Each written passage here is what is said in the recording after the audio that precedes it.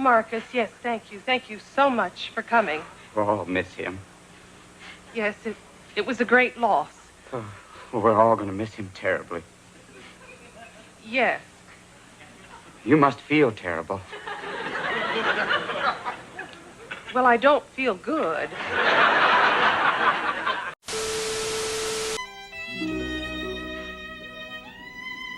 I'm glad you could meet me, Miss Ames. It's really very important. Yes, I gathered that when you called me. You see, something has to be done about your kid sister. Oh, I know. We're having an awful lot of trouble with her at home. And so are the authorities. You know, she's been down to juvenile court 6 times in the past month. Oh, I know. We've done everything it's possible for us to do, but she just won't listen to us. Well, that's why I asked you to meet me. You see, we've got to find some way to straighten her out, to instill a sense of responsibility in her. Have you tried getting her a job? Oh, yes, lots of times, but she never even shows up for the interviews. Uh-huh. Well, maybe I can find her something. Oh, do you think you could? It'd make all of us very happy. Well, I can certainly try. I'll tell you, have her down to my office tomorrow morning so that I can talk to her personally. Oh, thank you. We'll be ever so grateful. Yeah, that Turn On was a show that George Schlatter thought was going to be hysterical. And it kind of was, but it was way ahead of its time. I'm not sure, even if you saw it today, that maybe that time has also passed. We did the show. It came on a Tuesday night, I think, or something like that. It aired first in New York, and we had a opening party out here at a hotel, and we were waiting for the reviews. As it came across the country, it was being canceled.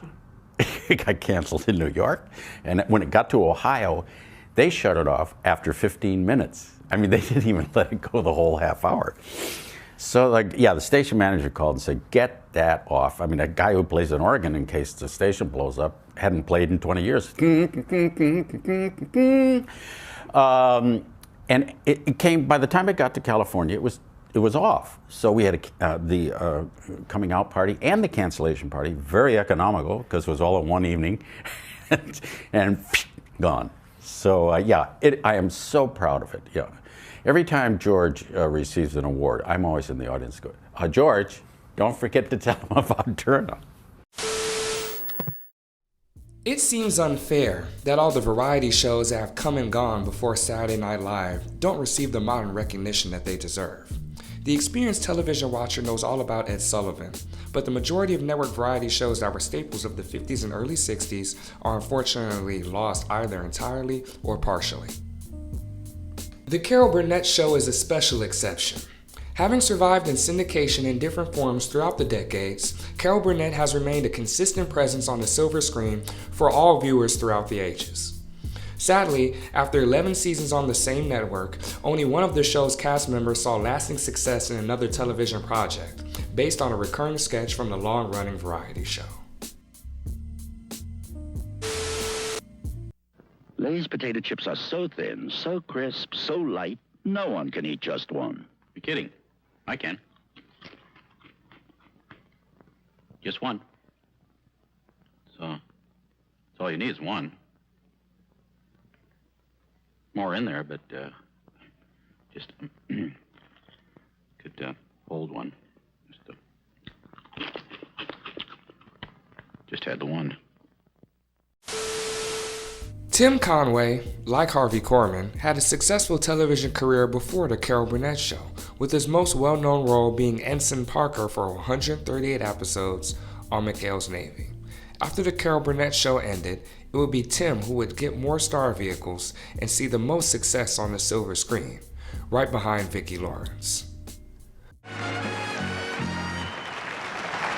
Shoot, I don't believe it. Better late than never. Airing from January 13th to May 6th of 1967, Rango was a Western comedy that ABC felt Tim Conway could lead post-McHale's Navy. It only lasted for 17 episodes. In 1970, Tim Conway had 2 eponymous television projects on the same network. The Tim Conway Show, airing on CBS from January 30th to June 12th of 1970, focused on Jim as a bumbling pilot on a single-plane charter airline. The Tim Conway Comedy Hour aired from September 20th to December 13th of 1970 and featured old MGM guest stars such as Joan Crawford, Lana Turner, and Mickey Rooney in a standard variety format. Both of these shows, however, would still only last 13 episodes. He followed this with 4 recurring appearances on the 4th season of Rowan and Martin's Laugh-In.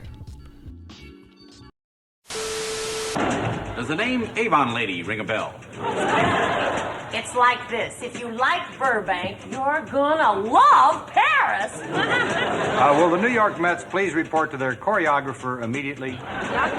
Who's there? Yuma. Yuma who? You making me feel so young.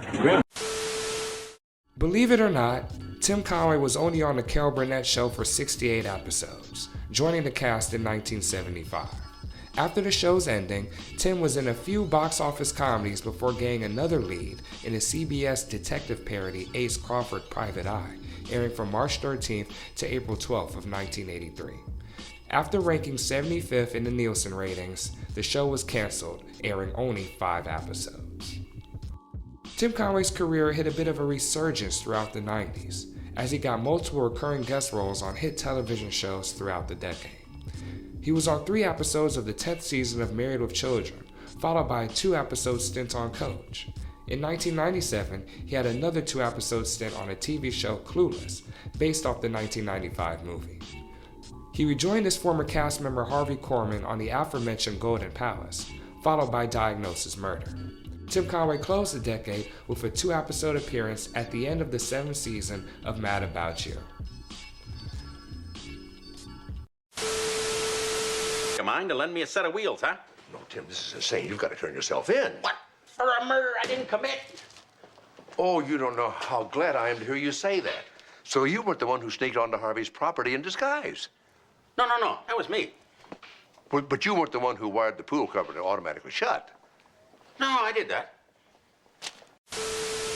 Throughout the early 2000s, Tim Conway primarily stuck to animated voiceovers before joining the cast of On the Spot, the WB's attempt at a Whose Line Is It Anyway ripoff.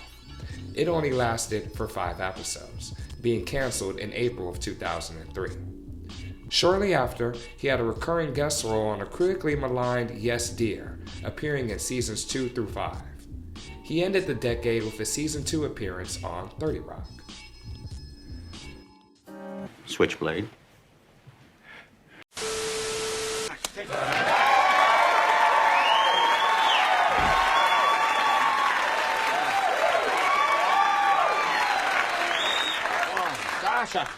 Thank you a lot for squeezing me into your busy schedule like this. No problem, no problem. How you been? Oh, I've been fine.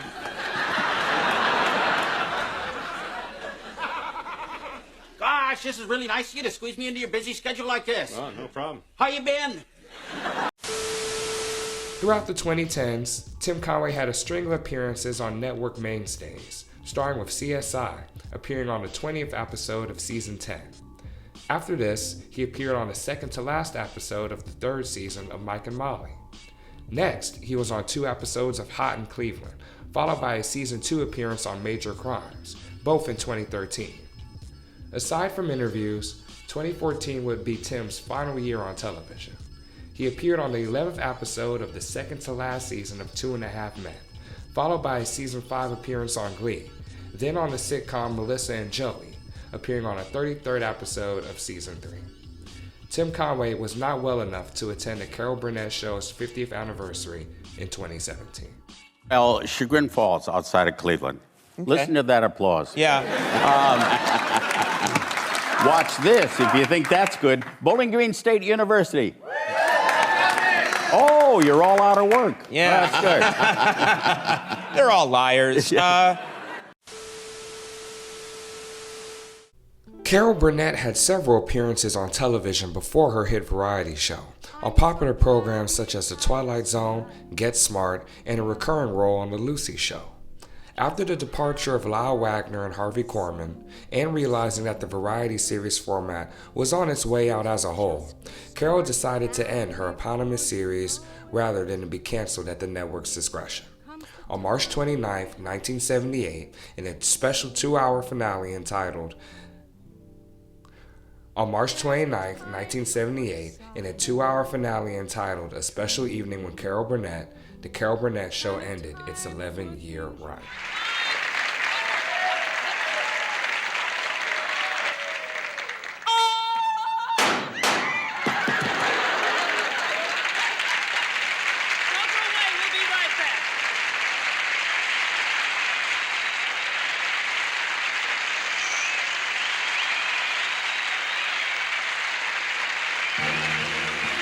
From Television City in Hollywood, a special evening with Carol Burnett. Carol stuck to cinematic production throughout the 1980s, her most famous role being in 1982's Annie. After appearing in 4 episodes of the first season of Mama's Family, Carol starred in the miniseries Fresno in 1986, appearing on the final season of Fame the following year. After a couple appearances on Magnum P.I., Carol Burnett was given her 3rd lead role on NBC's Carol and Company, a comedy variety show starring Richard Kind, Jeremy Piven, and Peter Krause. Welcome back, Nancy. Here we go. Carol. Carol? Yes. Well, whatever. Okay, here we go. In 5, 4, 3, 2, 1. Ladies and gentlemen, Carol Burnett.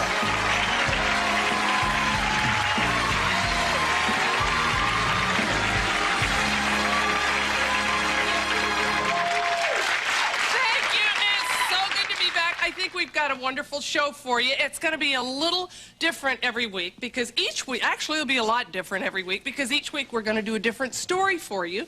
And each week I will be playing a different person for you. And we put together a super cast of people to be on every week with me for our rep company.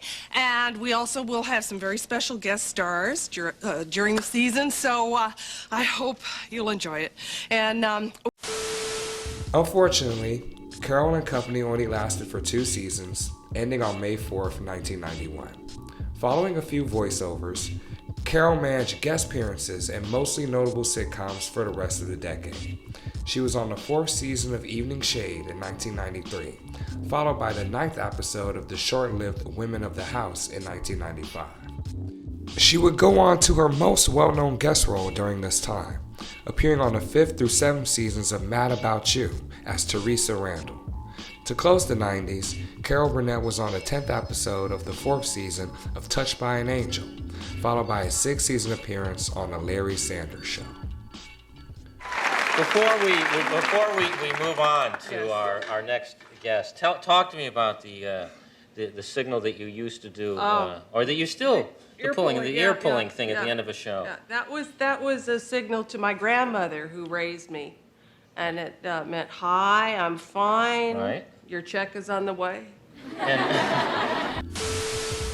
In the early 2000s, Carol Burnett took a break from television, not returning to prime time until 2006 on a 19th episode of the 2nd season of Desperate Housewives.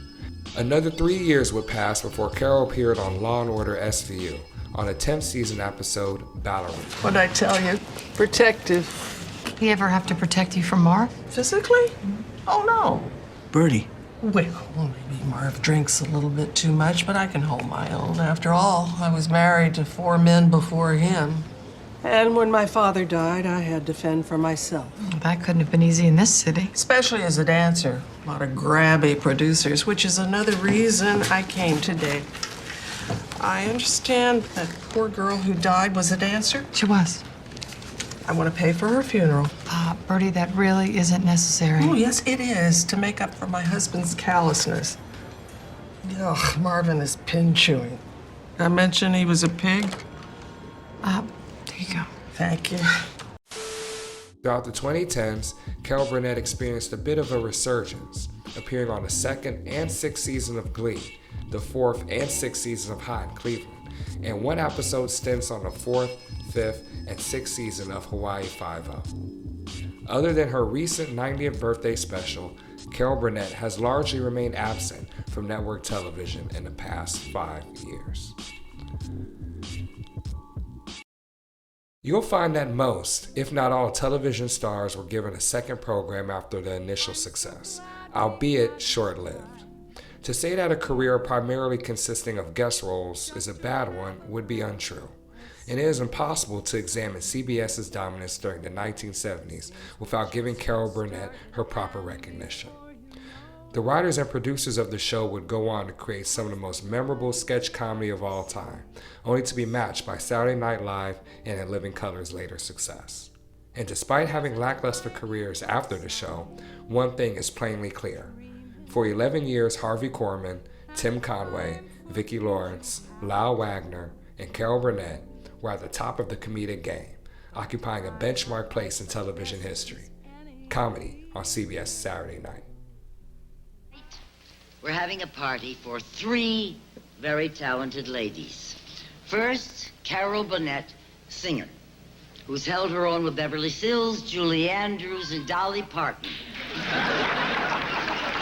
At Carnegie Hall, Lincoln Center, Nashville, and the Metropolitan Opera House. Then there's the Carol, the legitimate actress, who's co-starred off and on Broadway with Burt Reynolds, Robert Preston, Rock Hudson, and George Kennedy, to name a few. And let's not forget Carol, the motion picture actress, who's held her own, sharing the big screen with Lillian Gish, Dina Merrill, Jack Lemmon, Walter Matthau, Alan Alda, Glenda Jackson, and James Garner, among others. And of course, there's Carol the comedienne, star of her own weekly, hour-long TV show for 11 years. Good for you, kid. You've done it all and done it well.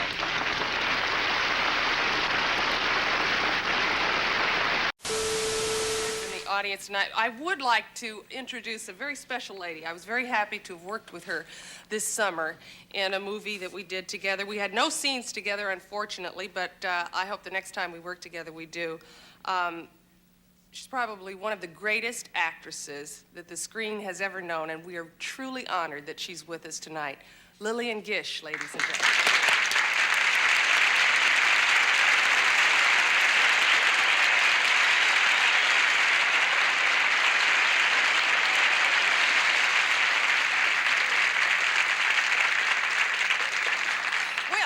This is our last show for, well, it's our last show, and this is the last time I'll be doing questions and answers like this, and I have a lot of nerve because I would like to show you the first time I came out on this stage to talk to the audience, which was back in September 1st of 1967. So if you folks in the audience will watch your monitors and get a load of this beauty. Submitted for your approval. You are traveling to another dimension. A journey into a wondrous land of imagination. Watch Me TV every weeknight. Because you just may find me on The Twilight Zone. Weeknights at 12:30, 11:30 Central. On Me TV. But the time I like the best is any evening. I can spend a moment here with you. When the time comes that I'm